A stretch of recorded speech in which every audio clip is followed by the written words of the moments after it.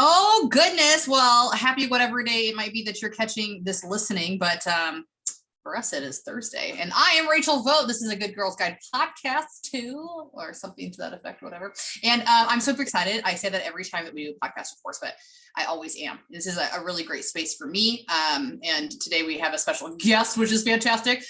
For you, if you were new, you're probably not. It'd be very rare of that in season 3 that you just happen to be a newbie, unless somebody's introduced you, which is so cool. I appreciate that. But if you are new, find my info in the description, the bio somewhere. There's a link, I'm sure. If you find for some reason that we're able to connect or you're feeling this energy, this vibe, kind of the same way that I have Miss Olivia here today, then you're going to want to reach out to me. Let me know how we can connect. If you're looking to maybe gain some clarity and focus on your intimacy life or your sexual wellness, we got you covered. If you are looking to do one-to-one sessions, I got you covered. If you're looking to do like more of a group experience in a classroom setting, I got you covered. So all of the things seem to be covered. That's me. But today I really want to get into is talking to my special guest, Miss Olivia. So this is really exciting. And I borderline actually thought about this like right before we were getting together. I was like, is this weird? Is it weird to ask your client to come onto your podcast? No. But you were enthusiastic about it, which put any potential thoughts of doom and gloom that I might have had over it completely on the wayside of it. And also, by the way, a little bit of a squirrel, but completely tied into this. There's this really great Netflix documentary. If you have not seen it, I can't believe I don't know what it is right now, but all you have to do is search on Netflix for Jonah Hill and it'll come up because it's a documentary he did with his psychiatrist. And it's wonderful. Yeah. Like 99.9% of it is filmed in black and white. It's just really good. It's like he said he wanted to do it because his life was so changed by therapy that he really just wanted these like little thought nooks and crannies that his therapist gave him. He wanted to give it to as many people as he wanted, and his therapist agreed to do the documentary, and it was great. I highly recommend it. But this was not like in notion of that wasn't inspired by that. I've had plenty of people on the podcast before, but it just was kind of linear, and that idea is like that was kind of my intention, right? Like anybody who's listened to me long enough is going to understand that I'm not having a client on here to just like plug what I do. Like I do that enough by running my motor mouth. What I really wanted Olivia to come on here is because she's one of my favorite people in terms of just overall, because we've known each other for a lot longer than I've been doing the coaching thing. We've kind of grown together between a whole different business structure into what we're doing here together today. But your desire and curiosity around personal awareness is what I really, really wanted you to be here for, because, even though coaching has been something that is like becoming more mainstream, it's more readily available, all of the things, whatever you want to kind of associate to it. There are some people who are still a little bit confused to what it is. Why would I ever consider it? So on and so forth. And that's why we decided we were going to do this today. Is I think that Olivia is going to be a really good resource for that, basically. So before we get too far into just like gushing all the wonderful things about who she is and how far she's come, let me just let you introduce yourself. Would you tell them who you are and whatever you're willing to share? Yeah, for sure. So Rachel and I met, I want to say 10 years ago, and I don't know if that's accurate or close or anything like that. Maybe it's probably close, but not, because I didn't know Savannah until I was Let's go with over 5. Yeah, I would say definitely over 5, between 5 to 10 for sure. Yeah. So that sounds crazy first. But so we met in the pure romance space to begin with. Right. And then grew together. I was always so intrigued by the way that you did parties and the way that you spoke to people. And obviously specifically women, and the team, the way that you built your team and encouraged their growth and all of those things.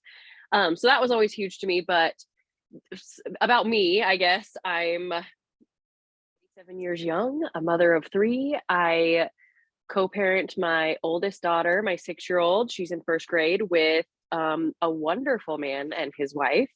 We absolutely adore them. Just dropped her off there. And so that's awesome. In a relationship with my youngest, who's dad. We love him too. And other than that, the past couple years, I've just wanted to both make a change in myself and have been recognizing, generational, I don't want to say curses. I feel like that's a harsh word for it. Trauma and curses, they kind of go together. Yeah. So things like that. Behaviors. Yep. yes, that I've recognized that I want to pass on to my kids. And so that's where it started with growing myself and all of those things, because it has to start there. So that's how I got into this, the coaching aspect of it. I watched you for a long time. I did your empowerment class, all of the things. And then this was the next step. This is what I wanted to do. This was the growth path I needed to take. And this is where we're at. Yeah. Yeah. That was beautiful. And so Oh, true. thanks.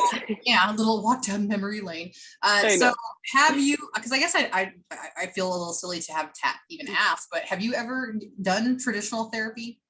Yes. I thought so. Oh yeah. With mom. Yes. Yeah. Of course. Now it's coming back to me now that I asked, of course. Well, so, of course, whatever you're comfortable with sharing, how long ago was that? How long did you go, and what did you find most effective about it? Yeah, so it's all been within the last 4 years. I have seen 3 different therapists, I guess, I don't know, yeah, like legitimate, like therapists in the traditional sense. It started, I did one in person, and then during the COVID era, we had I had a Zoom therapist, and then I went back in office a couple times after that.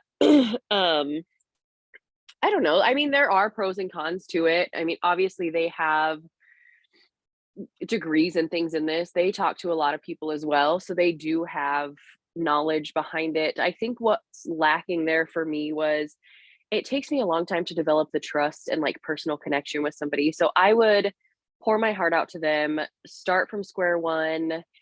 There's always, and I feel like what you say without them knowing me, what I was saying, it, they typically, I felt like I was put in a box, is what I can say. Like, I would tell them the things that I've been through, and they would automatically go with depression, PTSD, all of these things. And like, I don't feel that way. And so, while that may be true scientifically or whatever the word may be, that's not the type of therapy I was looking for. And so, the reason I chose to start this path instead was due to the lack of personal, like just getting to know someone. I don't feel like with the 3 different people that I talked to, I don't think that happened a single time.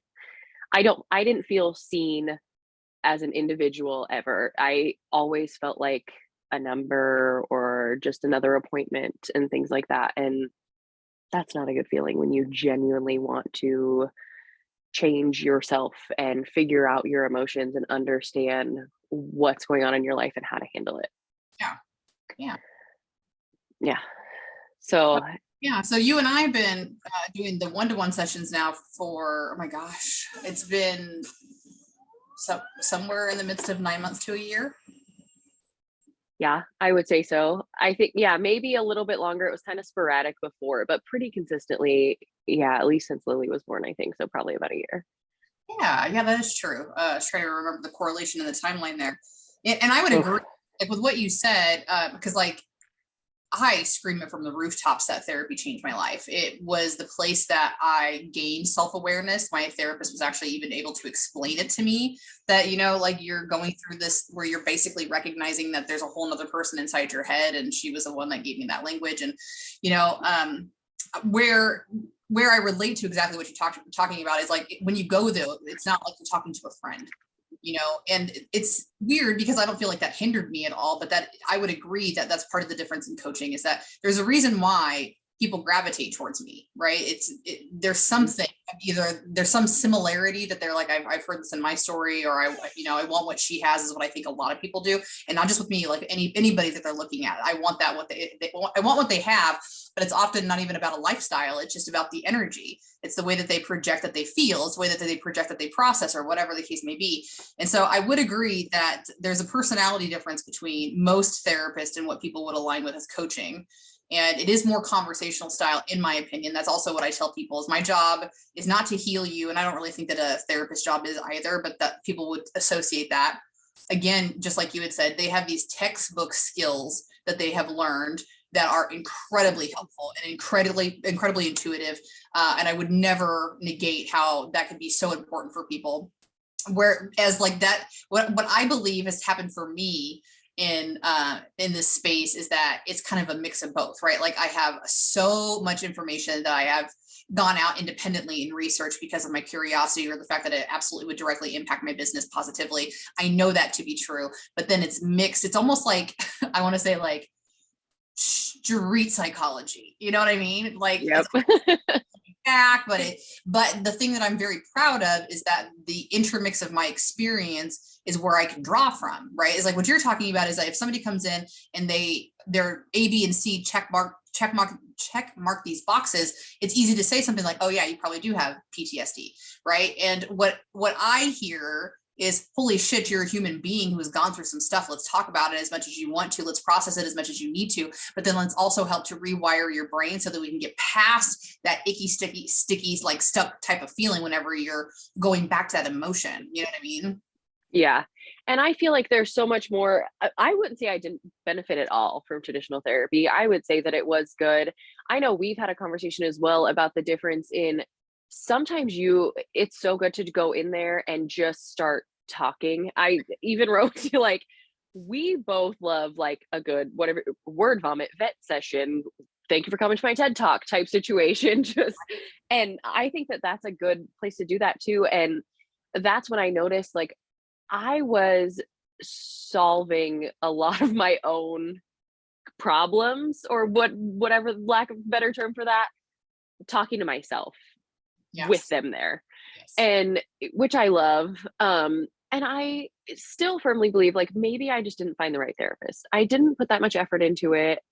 I was just looking for people that were in network with my insurance and all these things. Like I didn't dig deeper. And how you said that you think that therapy changed your life and then the coaching thing is a different aspect. I would also say that now that I've done the coaching and I understand I have more of the tools that I need, like I would almost feel comfortable exploring traditional therapy again with more of an open mind and more of an understanding of what I'm looking for and things along those lines, because I'm not against doing both by any means. Like you had said, I mean, it goes totally along with the personal development and digging deeper and all of those things. So maybe I'll do it again. Yeah, for sure. And I had, so like one of my very first coaching clients who was doing one-to-one sessions very religiously, week after week after week after week, we were doing them. And she went through a really big life event about a year ago. And it's something that we've been talking about in our sessions, but it was slightly ironic in this sense because I felt like I was a therapist, whereas I was like, I can't tell you what to do. I'm not going to tell you what to do. I think you're asking me to tell you what to do, but this is not my decision to make, kind of thing. And then when the decision was finally made, she messaged me and was like, I gotta go to traditional therapy. She's like, I'll keep you in the loop. I'll talk to you or whatever. And I'm just going to put this out into the universe because it's necessary. I was so proud of myself for not being hurt by that. Like, what do you mean? Like, we invested all this time together and no, she needed something that I was incapable of giving her at that time. And I wanted her to feel safe and definitely wanted her to process, because that's my ultimate goal, right? Like if I mean, it should be everybody's in business, to be honest, but like, that's not really a good marketing plan, is to say like, I'm just going to help you do what you need to, then I'm going to like send you on your way. That's what I want though. I don't want to forever, but you're right. I do believe that is one of the things. It's like, you can actually get literal skill sets. People in therapy, there's an actual, there's literal skill sets, I guess is what I'm trying to say, that, hey, if you're struggling with processing, here's where we're going to try A, B, and C. Whereas again, I start to try to digest what I still would call myself, because I still don't really like life coach. I still think perspective coaching is cool, but it's almost sometimes like I feel like I'm an emotions coach, because that's all that it is just getting you to recognize what you've been trying to bypass and feeling, really recognize ultimately what the real feeling is that you're feeling. You're probably not feeling anger. That's a secondary emotion, and so on and so forth. So anyways, that was just a little bit of a squirrel moment. I agree with that. Yeah. The emotional side of it is, I don't know. It's so hard to explain. You know how that happens. I scrolled myself out of, I also realized I forgot to make food for the kids. So there's that. A little bit distracted there for a second. I was supposed to put that in the oven, mom life. But yeah, the perspective shift of it all is just so different. Like you said that she needed the traditional kind of therapy and things like that. Oh, it was because she wanted the answers or the next step and things like that. And I think I have expected that so many times, even after however many sessions we have. Sometimes I feel like that's what I need. And in similar to the traditional therapy, like I have found a way to, like, just talking through it, and I have found a way to recognize what I think is the next step. I don't know, and then just need validation or whatever the case may be, kind of understanding um whether that would be right or wrong. What impact, you asking me even, like, what impact do you think that would have? What are you expecting if you make that decision? And just understanding those questions that I wouldn't have asked myself Mhm. helps a ton. So you don't, yeah, I've learned not to expect a, you should do this next. You should say this to this person. But somehow we get there. So I don't know. Well, I like what you said, because like when I think about therapy too, it was very similar to how you structured it. It was like often it was me just word vomiting, and very clichely, sometimes you got that, well, how does that make you feel? Which is still just as it is an important question to ask. And a Yeah. lot of the times, which I've heard from numerous therapists, so not specifically my own, but people who are in psychology fields, whereas that is what they do, right? It's like they try to intend to hold space for you to figure it out. Because like this client I'm talking about, ironically, right? So she says that she's in therapy, and her therapist hasn't specifically said your ex is a narcissist. That was what it was about, was from a relationship and a breakup. But she gives her this book, which is like how to spot a narcissist, basically. Like gives that to her. So it's like, I'm not going to tell you that he's a narcissist, which is very true, because when people come to the realization on their own, it's so much more impactful, so much more important. And I certainly don't want to plant seeds for anybody, especially if it's not the right decision for them. Even if I don't agree with what decision they're going to make, that's not my choice to make for them. So when you say that, like, I think that some of the things that I have found as a strength in my business is being a place that you can relate to, right? Like I often say in my coachings, this isn't the exact same thing you're going through, but this reminds me of a time where A, B, and C, and here's how I processed it, or here's how I split my perspective, or here was even the way that the other person gave me a tool to kind of navigate through this. Whereas most therapists would not dare to, bring something from their personal life into a therapy session. And that's a huge difference too. I mean, even with just our last session, how we share our opinions, our ideas, our stories, and you're open with doing those things. And I don't want to generalize all traditional therapists in saying this, but they're kind of just a bump on the log with a degree. Like, just kind of when you're sitting there talking to them, there's no, it's like, it's not a conversation. It's not a back and forth. It's one way, and it's different. There are things that you can handle in therapy, and there are things that you can handle in emotion coaching and things like that, but it's different. It's, I don't know, It is. pros and cons. Yeah, for different reasons, for sure, for sure. Yeah, so I would agree. I think that that's the best way we can really distinguish between the two, is because they are very similar. It's like the Venn diagram, of course, where they have a lot of similarities, but they're also very different. And I just feel blessed. I feel blessed that, I haven't been doing it for very long, but I just had somebody, a complete stranger, reach out to me yesterday. I found it in my Facebook Messenger, others, and I was just completely taken aback by what she said. And again, all ego aside, it just like, it was almost a moment where I started crying, because it was like, my heart was so full that, some of those days where you do the mothering thing and you're like, should I be doing this thing? Am I doing enough? All those silly little things that women do, especially myself as a business owner and a mother. It was just like, what I'm doing matters, and not like on a grand school, like global scale, that somebody's going to validate and recognize me, but for myself, that I am in the right position. I'm doing what I'm supposed to do. So it all does matter. It makes a huge difference, for sure. So I'm really grateful that you are in this space, like sharing this with us, and allowing people to kind of get a perspective if they didn't already have that, and what they might need. So let's talk a little bit more about personal development itself. Did you have something else to say? I was just going to say, I guess with that, the knowledge that you've gained just talking to so many people, and the learning that you do when it comes to individuals and things like that. When, I don't know if we had said this yet, but when we did couples coaching, I have also done the couples coaching thing with you. And so you've spoken to my partner as well as me, both individually and at the same time, and things like that. And explaining to him the difference as well, explaining to him why I felt that this would be more impactful in the space that we're currently in, would be just astronomically different, because it's not just a textbook thing. It's not just a person with a degree. It's a person with genuine, real experience and understanding of how people communicate with each other and raise kids together and all of those things. So Yeah. it makes a huge difference. Yeah. And relationships they're my forte. Sex and intimacy is my forte. Yeah. Like, whereas generalized coaching is something I'm good at and I can do it and I love it. And I believe that my skill set is going to continue to grow.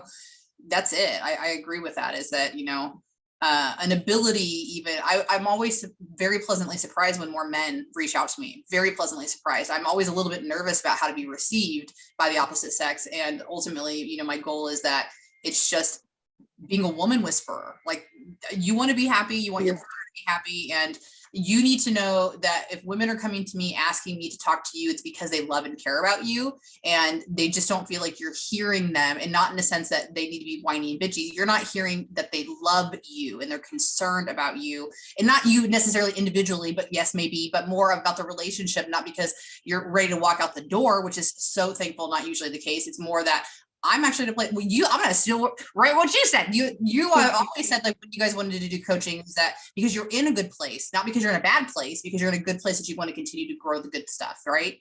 Yeah, 100%. I think, yeah. And I had to explain that to my partner as well. I don't know if we name drop. Up to you. Yeah. Totally. So yeah, I had to explain that to Yancey, my partner, as well, that like, I don't want to do this because I think that we have problems, or because we fight too much, or I feel like we're on the rocks. Like, at the end, it's because we have the tools to grow and we have good communication. There was just a misfire somewhere. There was just something to where we were saying what we needed to, but it wasn't being heard the way it should. And we wanted that for ourselves. We don't want things to get worse. We don't want to fight louder, harder, longer, any of those things. So nip it in the bud. We decided to just stay steady and get better as opposed to getting worse. And I think that's a good place to start. I don't think you should wait too long to do it. I think everyone should be in some sort of therapy or coaching, individual, couples, family. Get your kids and your grandparents and your parents, everybody in the loop. I love it. Yes, I agree. But I do also think that's profound, because I also think that a lot of people, even with traditional therapy, they don't go until it's a problem. Like, they've been assigned to go, or their family is basically pleading with them to go, or whatever the case may be. I would agree with that. It's just the same as, and I was going to align this with like diet culture, but honestly, it's not much different. A lot of people don't go to the gym until they're feeling disgusting, or they're out of shape, or their doctors are telling them it's mandatory, right? It's the same kind of thing. Is if we have good habits in our relationship, that's going to be a foundation of having clear expectations before. That's one of the things we've talked about. I try to preach this from the rooftops. If we could change one thing about how we talk to our children about relationships, it would be that. Teaching them the skill set. If you know exactly what it is that you want, you should be able to vocalize this to a potential partner, so that potential partner knows exactly how you're going to show up, how you expect them to show up, and wonder if they can show up that way for you, so that you can reevaluate at any time. And then ultimately take it one step further, that if it was not going to work out, nobody would be upset. If you had these monthly, quarterly, yearly check-ins with each other, and you're like, at this point, we're like, well, we've been together for 3 years. I think it's time for us to decide, are we moving forward with this relationship or not? No, you don't want to get married after all this time.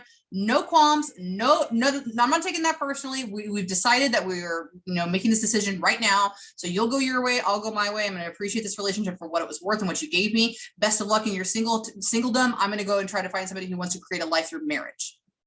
Yeah. Or does you take it personally? What do you mean I'm not good enough for you? Why wouldn't you marry me? Well, because I just never wanted to get married. Why not? No, you go. Yeah. Yep. Then there's that rabbit hole. Exactly. Yeah. So that was beautifully said. So yes. So personal development, like, when do you feel like you were kind of exposed to this as even like a concept? Oof. Really good question. I think it was because of my relationship with Yancey. I firmly believe that. And I have told you that in previous relationships, and I have found that this is due to the relationships or lack thereof that I have seen throughout my life. I previously have been a runner. There is one issue in the relationship. I start to get annoyed, I feel uncomfortable, I leave. Or I make them leave, you know. So whatever the case may be. And with Yancy, I'm not saying it was all unicorns and rainbows. We were together 3 months before I found out that I was pregnant with my son. And so it's been hard. We got thrown into a lot of things. I mean, 18 months after that, we bought a home. And 2 months before we bought the home, we had another baby. So it's so much. And even through all, do we say cuss words? Yeah. All of the shit, crazy tomfoolery that we have been through, I don't want to run. I find so much peace and love in understanding him more and getting to know him more and wrapping my head around that and trying to, like you would say, like not fight with my monkey mind that was telling me to leave when things got hard, made me want to change. I want to understand how to know myself deeper so that I can respect him the way that he deserves. Same thing with my kids and my grandmother, who has raised me a good majority of my life. We have a lot of back and forth. There are things that happen. There are things that we're both dealing with. And my mom, you know, that story. I just want to understand myself enough to grow these relationships with other people. And so that was where I had to start. In order to appreciate what I had, raise good humans, have a strong relationship, understand my family and what they've been through and the reason they are the way that they are, I had to figure out me. So that's where I wanted to start personal development. You Yes. can control only what you can control, and that's you. That's you, your actions and your thoughts and feelings and emotions. Yep. Yeah, that was beautiful.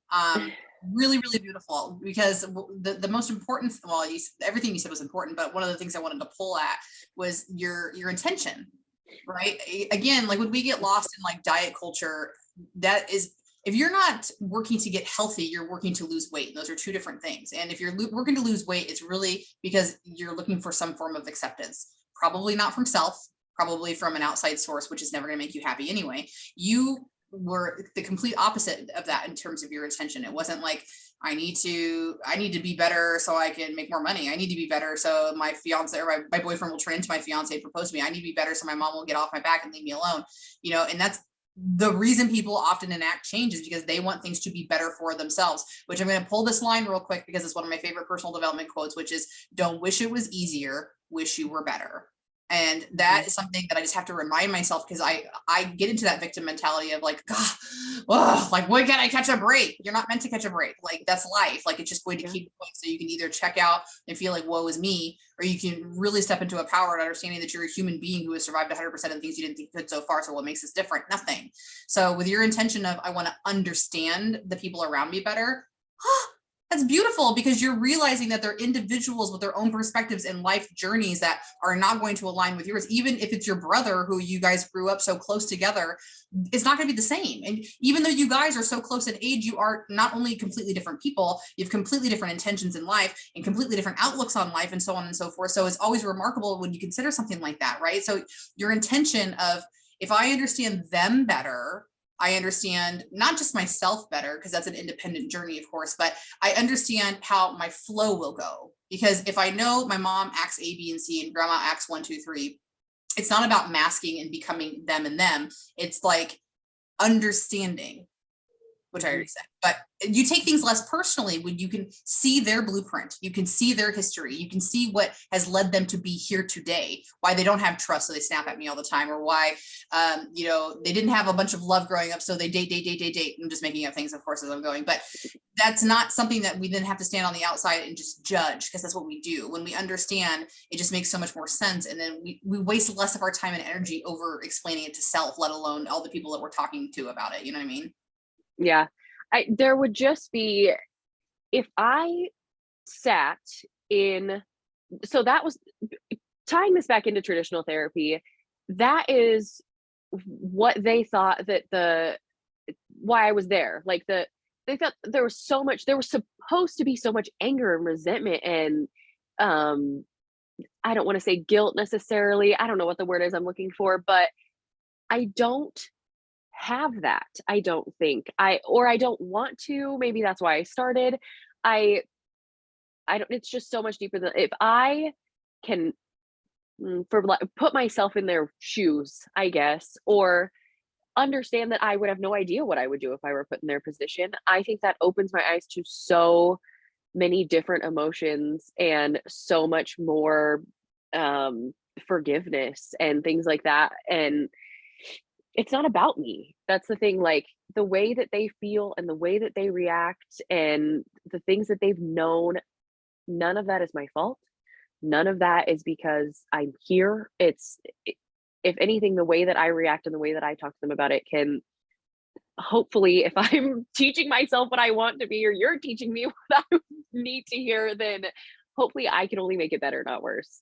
So that's kind of my goal. Yeah, it's I don't know empathy. if that explained anything or if Yeah, that was just a yeah. word vomit, but No, it was a really good one. But that's what you were describing was it's a skill set, empathy. It's something that mhm, everybody can learn and everybody should, because that's exactly what it is. If I put myself in that person's shoes, if I can even catch a glimpse of their perspective, it makes so much more sense to me and it eliminates for me to taking it personally. And the thing about taking things personally that I find is like a huge hiccup with most people is that when we don't take things personally, it's that our subconscious convinces us that we're accepting all of the bad behaviors, things, actions, beliefs that people are spewing out to us. That's not it at all. It's not even acceptance of that. It's just what you had said, which is a realization is I can't control them and I'm not making them do anything. I have to really sit back and reflect on how is this going to affect me? What are my choices going to be around the situation? And then when you take that one step further, right? Because the cycle, of course, is that if the person is trying to get you to react, then they're going to get what they want. And then you're just back into that loop. But when you sit back and really analyze and then choose who to be in this moment, you do break that cycle like you had talked about earlier, but you bring relief to yourself and then exponentially hopefully inspire the person right in front of you. Like you had said, they're either going to like say, oh my God, like this is a completely different person, or this is a completely different experience. I wasn't expecting this. Every time I've done this in the past, A, B, and C happened, but 1, 2, and 3 just happened. So you really knock people off their rocker from time to time because they didn't expect that. The very first time something different happens, it's a good thing because they either are going to choose to like learn a little bit more and then be in your presence to allow that to inspire them. And as we talked about, of course, the other option is that they don't. There is no neutrality. I think that's an important note to make is that once people have exposure like this, there's never neutrality. Even if it's not a conscious decision, the subconscious decides that I move closer to that thing, which is that beautiful, radiant thing that Olivia is putting out there for me, or I'm moving farther away from it because it intimidates the ever-living heck out of me and I don't know why. Does that make sense? yeah. And what I was going to say too, when you're explaining that, I almost wanted to do like kind of a miniature version of what you did. So you did all of this personal development and all of this digging deeper, and you're continuously doing that, of course, but you went through all of these steps and did it all yourself before you felt the uh, courage, that you had the knowledge, all of these things to do it for other people before you felt like you could teach that to other people. And I so badly want that for myself and my kids and my under this roof family, that I had to start with myself because like I said, that's what we can do. And then you said it before too, you want other people. It's so good and it feels so good and it is hard, but the reward is so great that I want that for the people around me that I love. I'm not saying I'm going to take a step and start preaching to the choir like you do, like I'm not doing all of that, but in such a smaller scheme, but it's so important to me. And I think anyone can and should do that. And I, I don't know. Yeah. I don't know. I don't know where I was going with that, but that's the point. Yes. Well, so what you said reminds me of a story, and then I'm going to actually circle back to what you said. So the story is like the shortened version of this is that a lady goes to Buddha and was like, I need you to tell my son to stop eating so much candy. He eats too much sweets. And so the Buddha says, bring your child back like in 3 days or 12 days, something crazy. Right. And she's like, okay, but she did it. So she comes back and then the Buddha tells like the son, like, you can't eat that much sweets or whatever. And the lady's like, why did you make me bring him back? 3 days, 12 days, whatever it was. And she's like, Buddha says, oh, because I couldn't ask him to do something I'd never done. And it was like, oh. Yeah, like a light bulb for me, right? Is like, exactly. To piggyback on what you just said is like, we can't expect humans, let alone our children, to do things that we are, that whole phrase of like, do what I say, not what as I do. Yep. That doesn't happen.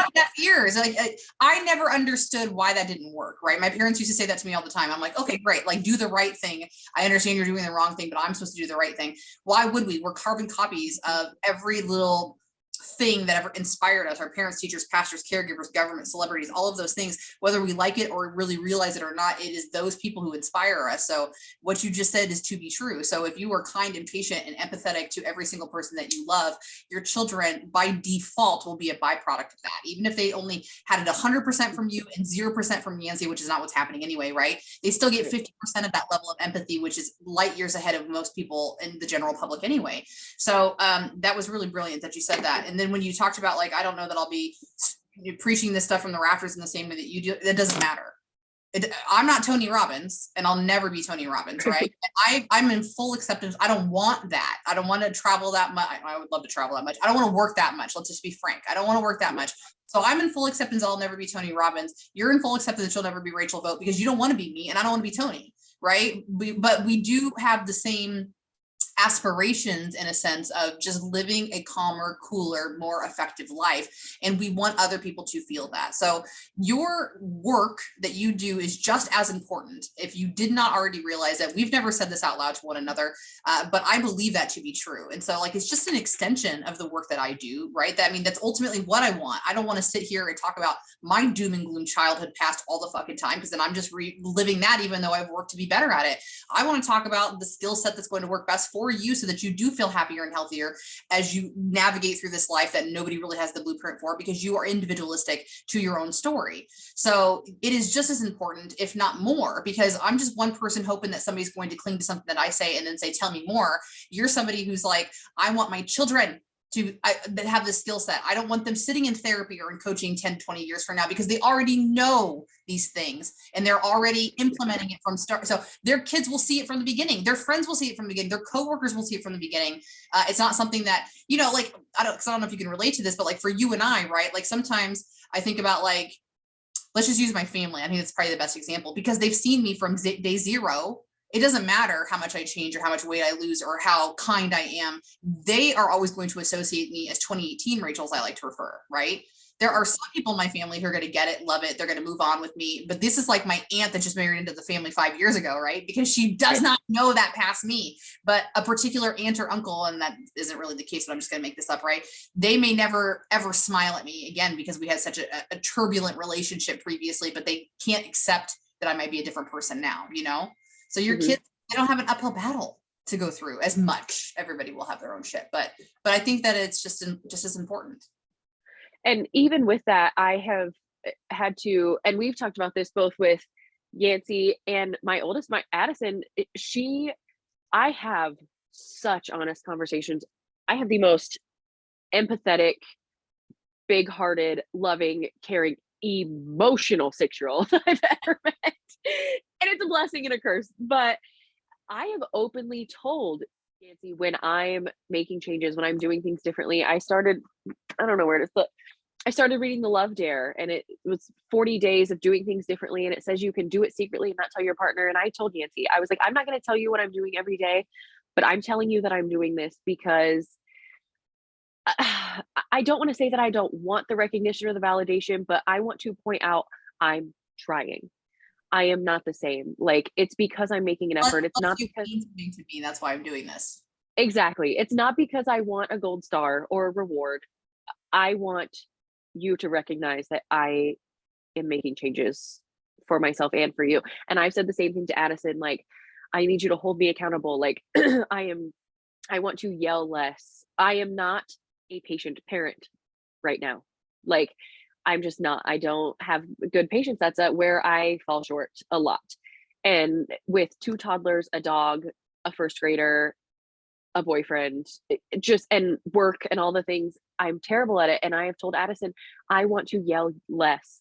I would like to ask you to give me the grace, and if you can, to accept my apology when I don't do that. And when I come to you and say, I should not have raised my voice in that situation, I should have calmly asked you to sit down for a second and wait for my whatever. I don't know a good example off the top of my head right now, but like, I've told her that I want to be better, that I have not done a good job of that. And the honesty behind that is so important to me. I don't want to do that blindly. I want her to know, and I want her to understand that if she falls short, or if she has things that she struggles with, that she's what she considers herself not good at, that she can make those changes and she can try harder and she can do anything that she wants to do. That's so important to me. Same with my relationship. I said, I want to talk to you guys differently. I want to talk to Yancey differently. And sometimes she doesn't get it all, but usually she is there to hold me accountable and to ask questions and answer my questions. And she accepts my apology all the time. She has never told me no. And I am so grateful for that. Yes, because we just don't give kids enough credit in that resiliency, because they haven't been broken enough to not forgive the way that adults hold on to those types of grudges. And Yeah. so with what you had said, it brought up two things for me. I'll try to remember both of them. But the first one, in reference to like when I started switching into the more gentle parenting, which people hate that term. So I think what's most important is like that they're starting to switch it from the term of gentle parenting to regulated parenting, because that's exactly what it is, right? You're the one that has to maintain your nervous system when you feel like your kid's got big feelings and you're losing your patience, like you talked about, right? It's not that we're being gentle and letting them get away with the bad behavior. It's that I'm coming from a place where I'm taking those deep breaths. I'm gaining some patience before I come to you and be like, what are you screaming about? Yeah. So that's one thing I just wanted to bring that up in a sense, because one thing that used to scare me is that as I started moving towards the more gentle parenting, is that like I was fearful of scarring my children in some way, shape, or form. Like I was already fearful that I had done it. So like I was fearful that I needed to kind of walk on eggshells. But some of the most important feedback that I've read about is that it's not that children are traumatized by having things happen to them. It's that if they're left alone with that trauma, if somebody never coddle's the wrong word, if somebody never helps them process, if somebody never like gives them perspective on what that meant to them so that they can really move forward, that's when the trauma occurs. And that made so much more sense to me, because you can't expect that bad things are going to happen to your children, even if you've done the best of your parenting abilities. If anything, you should be helping to expose them to those things prior, so that they're not left hanging without the knowledge or the language or the wherewithal that these bad things are meant to happen to people, because that's just life. It's the tools that you have to navigate through them. There's a conversation that's happening right now where, people are saying we need 5 times more child psychologists. And there's everybody that's coming back and saying, we don't need more child psychologists. What we need is more parents going to therapy. Like it's nothing. Yeah. It's not your children. It's how we are constructing our children to become is the quote unquote problem. So I digress. Yeah. I just listened to a podcast. I've been listening to, we had this conversation about religion and spirituality, but I've been listening to more religious podcasts, especially when it comes to religious parenting. I love some of the ideas behind it and the approach to it. Anyway, this Famous at Home podcast did a podcast about managing kids and their worry. And Addison, like I said, she's very emotional and she has a lot of worries. And I have had a tendency to say, are you worried about Miles and Lily getting more attention than you? Are you worried about what's going on at school? Are you worried about going back to your dad's house? And I don't want to say that anymore, because what they pointed out is that you think that the worry and emotions that your kids are feeling are so much worse than they really are 99.9% of the time. Yes. Kids can literally start crying because they're hungry. And I think that she feels neglected and unloved and unwanted and like I haven't done enough or whatever. And kid just needs a cheese stick. Yes. So like that's such a different approach. And the way that just opening up the boundaries for her to say what she needs instead of me telling her what I think she needs is such a huge difference. And little tools like that and learning little things like that can make just a world of difference. And it's cool to hear stuff like that. I love people's perspectives. That's my jam. Yep, I would agree. I was in a situation not too long ago where like there were some adults and some kids, and the kid that was there was disappointed about something. They had plans later that day, it didn't work out or whatever. And it was maybe 10-15 minutes later, one of the other adults said to their child, well, are you gonna like let your bad attitude like affect the rest of the night kind of thing? And like in 2018, Rachel even would have like agreed, like take your energy someplace else. Like this is really bugging the rest of us. But the 2022 of me, of course, was like, oh, Like, how did you say that to your kid? Of course they're devastated. Maybe we should have just shifted the perspective to like, man, it really sucks that things didn't work out. I completely understand. I really hate it when, I can't hang out with my friends or A, B, and C, whatever it was. And, like, what can we do, to kind of bring you back through that or whatever? It is a fine line, because I find like when I first started doing personal development, I also wanted to like, bring awareness to everything for my kids, to give them the language, but that is to the detriment, right? Like, I still use this analogy that I think that most people can relate to, is that we know that babies and young children are cave people. They do exactly what they want when they want. They live in primal mode because they don't have society yet. They don't have that. We give that through community with the best of intentions. We want you to have acceptance, of course, within our tribe. We want you to be taken care of. We want you to be considered normal, quote unquote, whatever that may be. So we do these things to you to bring you out of your present state of mind of being happy and joyful and crying at the drop of a hat, going immediately back to happy. We do that to them. We give them that consciousness. And so we really do them a disservice in that regard, because we cause the separation, right? The separation of acceptance via outside sources, love through outside sources, security via outside sources. I don't have that ability. Yes. Yeah. And we did it because we think we're being helpful, and 90% of the time we are, but we then make love conditional for our children, because if you're not accepted by society, then shame on you. And if you're not accepted by society, then I don't love you as much. And if you're not accepted by society, I don't even know that I could treat you anything other than not special because of that reason or whatever. But it is my stomach to a flip. Yeah, and there's so much more forgiving, like you mentioned, right? Like, just like puppy dog, they're gonna let things go a heck of a lot easier than adults do, who have built up energy is ultimately what it is, but it's just that energy and emotion that we just never processed. So that's another takeaway that I want people to understand when it comes to personal development and coaching and therapy, anything you're trying to do to make a change. What you were talking about with the parent, the way that you would talk to your kid and the way that that other parent, I was both of those parents last night. We got to Zoo Lights and Addison was upset because the little coffee shop wasn't open and she didn't get her own apple cider. She had to share an apple cider because she always drops it. And then she ended up with a hot chocolate and she didn't get enough of the funnel cake and I was like, Addison, why would we do anything fun? You're perfectly happy at home. And then when we go to do anything fun, you're mad. And I flipped out.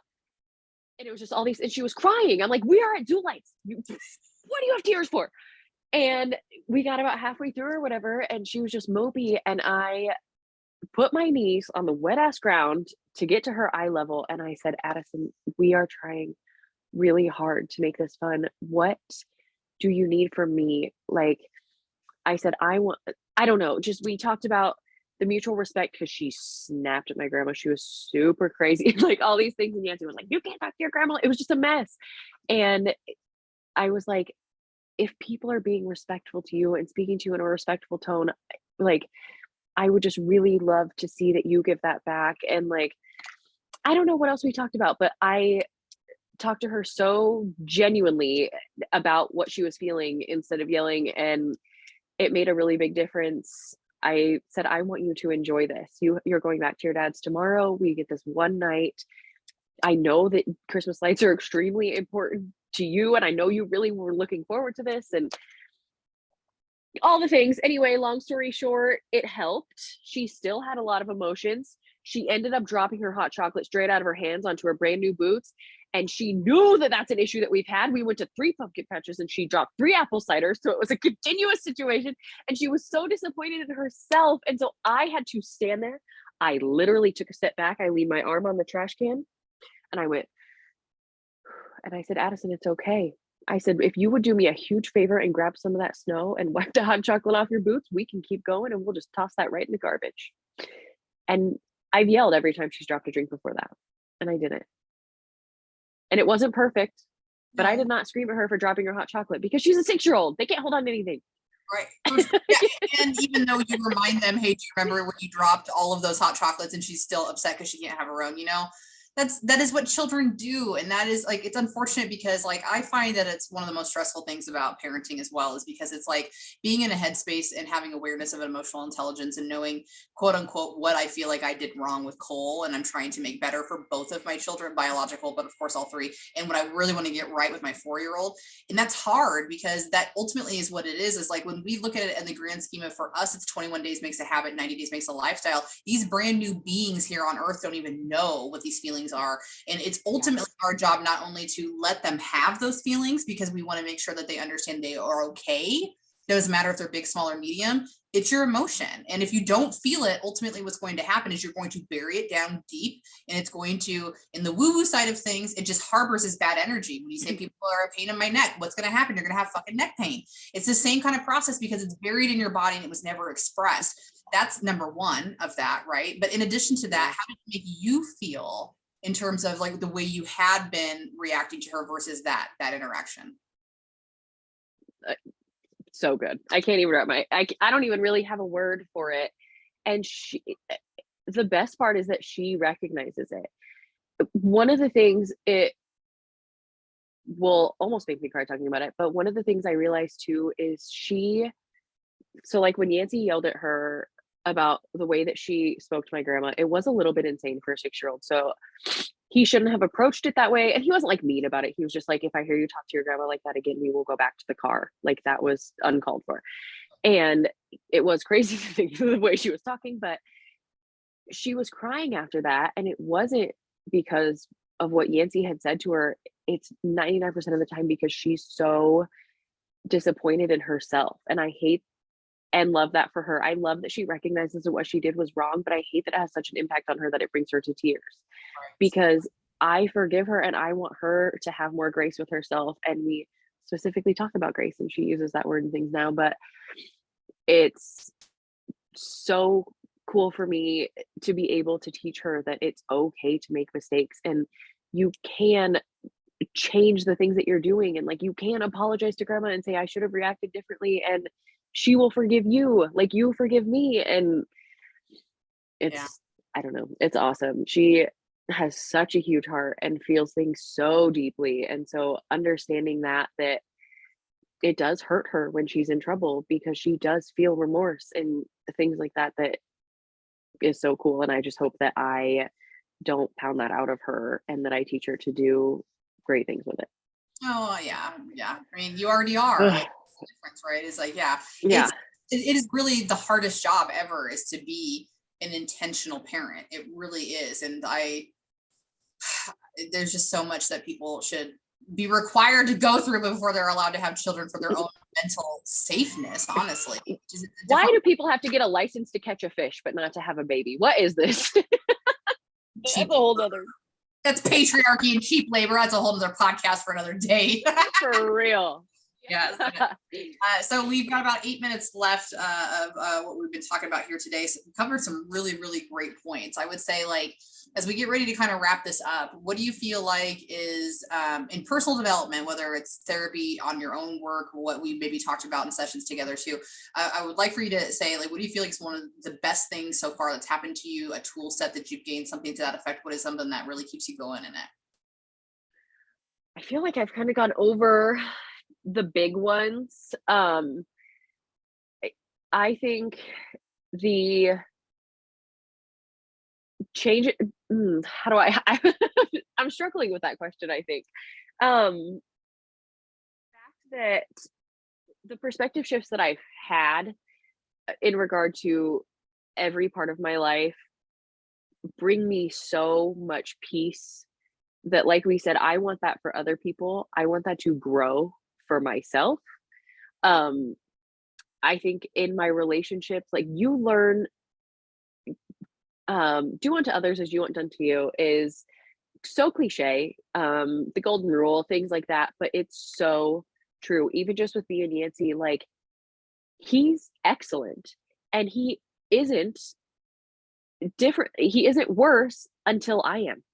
And I recognize that. So the way that you talk to people is what you're going to get back, and the things that you radiate, and the whatever you put out in the universe, what you want to get back. And I firmly believe that. And that's why I keep doing this. So I don't know if I scrolled myself out of the answer to your question, No, but I mean, I think it's kind of in alignment with what I feel about it too, right? It's just like there's so much good that goes into personal development that it would be even really kind of difficult to answer that question, because it's been an over a life haul for me. Everything in my life has been affected, and that makes me emotional too. Like in my chest and my eyeballs, I can feel it. Is that like there's just not enough time in the day to say about all of the small, minute changes that have compiled into a complete lifestyle overhaul. you can just feel that so much more good is going out and so much more good is coming in. And it, yeah, every aspect of it. I mean, I've noticed it in work, in my partnership, in my family, in my kids, in every day, people that I meet on the street.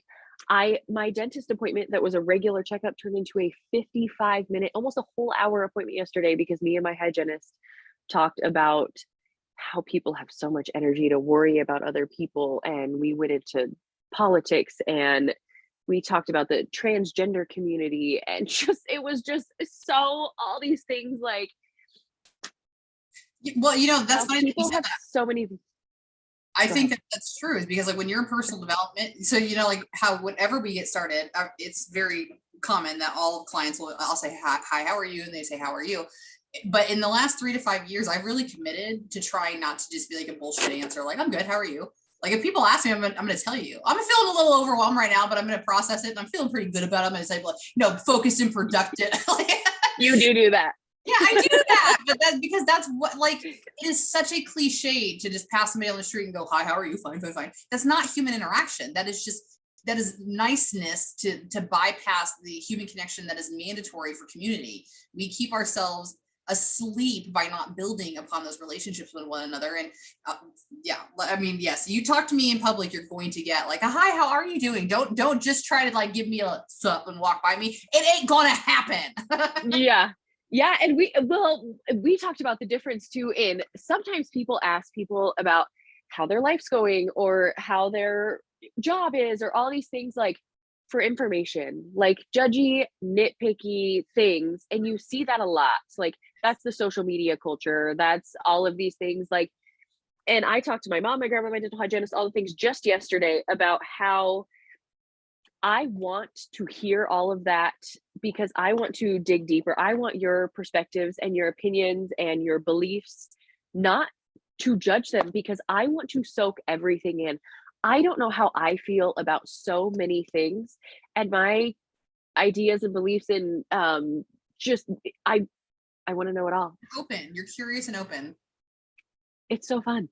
It is much more fun than being closed off and assuming that you know everything, in my opinion, which was a mentality I used to know. That's what I thought because I didn't know any better. But I would agree, Yeah. it's very rigid thinking. When you understand, not even just like from the curiosity aspect of having different experiences for self, it's about just like when I learn somebody else's story and I'm just like when you remember that conversation that you and I had when in the one-to-one about the history of your dad that I had no idea after all these years. Yeah. My life just changed after that session. It was such a profound connection between the two of us that I would have never had the opportunity to really, outside of like, my intimate relationships and my family, to really know somebody. It changes everything when you not only can stop comparing yourself to other people's stories because yours is probably not nearly as bad as you really think it is, but also just because of that, like, I know and care about you so much more, and I'm invested in your story and where you're going because I know those things about you. It's true, it's authentic, it's genuine. Yeah, and like you've said too, like I am a basic cisgender, for the most part, heterosexual, white, middle class Nebraskan woman who knows almost nothing in comparison to the entire world. I live in a box, figuratively and literally, about this big. So it's, I just don't understand why people wouldn't want to know more about themselves, about other people, about the world, about the universe, about the minds of their kids and the people that they love. And people should do it. Try it. I agree. I hope by listening to us for the last 59 minutes that if you're somebody who's been like a little curious about personal development, like it's not nearly as scary as maybe somebody might think it is as a subconscious level, but just listen to all the benefits that come out of it. And it ultimately is about self. And what's fun about that is that as you grow self, you become a subconscious byproduct. You're still ultimately doing it for you, but it becomes about your connection to the outside world and the flowiness that surrounds that. So it means the absolute world to me that you took time out of your busy schedule as a mom and a partner and, somebody who works outside the home and stuff like that to share your experience. I'm confident that somebody will be moved by this in some way, shape, or form to inspire them on their journey as well. And feel really fortunate for that. So as we have like 5 seconds left, I'm going to have to say goodbye because it's about to cut us off. So thank you so much for listening. Thank you. Yeah, I like literally cut off. That's okay. This one go just a little bit longer. So for those of you who are watching on the YouTube, we very much appreciate you staying here. I'm going to go ahead and save this so I don't lose it. But anything else before I cut this portion off here?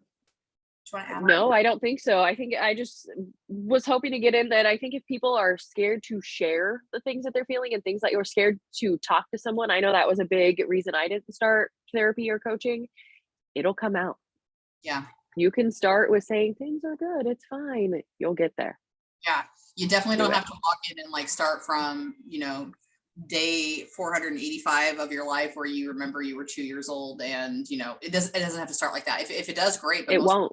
Yeah, most people don't. They don't even know why they're feeling overwhelmed or flustered or can't figure shit out. And that's how I ended up in therapy as well. It's like, I don't know why I'm here.